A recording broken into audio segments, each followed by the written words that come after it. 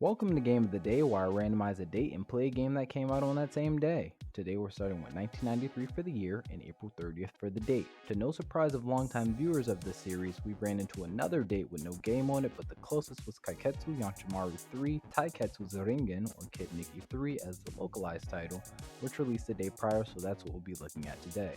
Immediately from the intro, I could see this took inspiration from Super Mario Bros. With the classic princess stuck in the castle scenario that then transitioned into gameplay, which further solidified my claims. Unlike Mario, our main character Yamchimaru had a few tricks up his sleeve to make this game a standout. There were a ton of different ways to move and attack in this game, which I wasn't expecting. You could spin off of ledges and walls, attack in every direction with your bow, charge up a spinning attack, adjust your jump by how long you held down the button, slide under obstacles, and even bounce on your bow to avoid things such as spikes. In my gameplay, I barely scratched the surface of getting the movement down as it was easy to learn but hard to master, but the gameplay on screen now should give you a better idea of what this game looks like at its full potential. There are also a couple of your standard items thrown in such as invincibility, hearts, and extra lives, with more being accessible to unlock if you performed well enough to go to the bonus stage that happened after each level.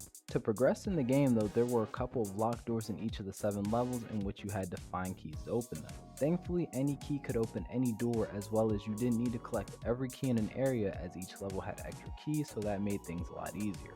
What wasn't as easy though was the game's vast variety of enemies that felt like they were infinitely spawning at points, and taking all of them on while trying to platform and avoid obstacles was a hassle, but it was far from impossible once you got a hang of it. A similar sentiment could be shared with bosses in this game, as there were 5 regular bosses and 2 main bosses, all of which range from extremely easy to decently hard difficulty wise, but once you learned the 2 or so combos each boss had, there wasn't really much to worry about. With that being said, I had a pretty fun time with this game. The completion time is pretty short, taking about 3 hours max. The freedom of control was great, and it offered just enough difficulty to be challenging, but despite that it still felt rewarding, so taking all that into consideration, I'd give this game a bow of mastery out of 10.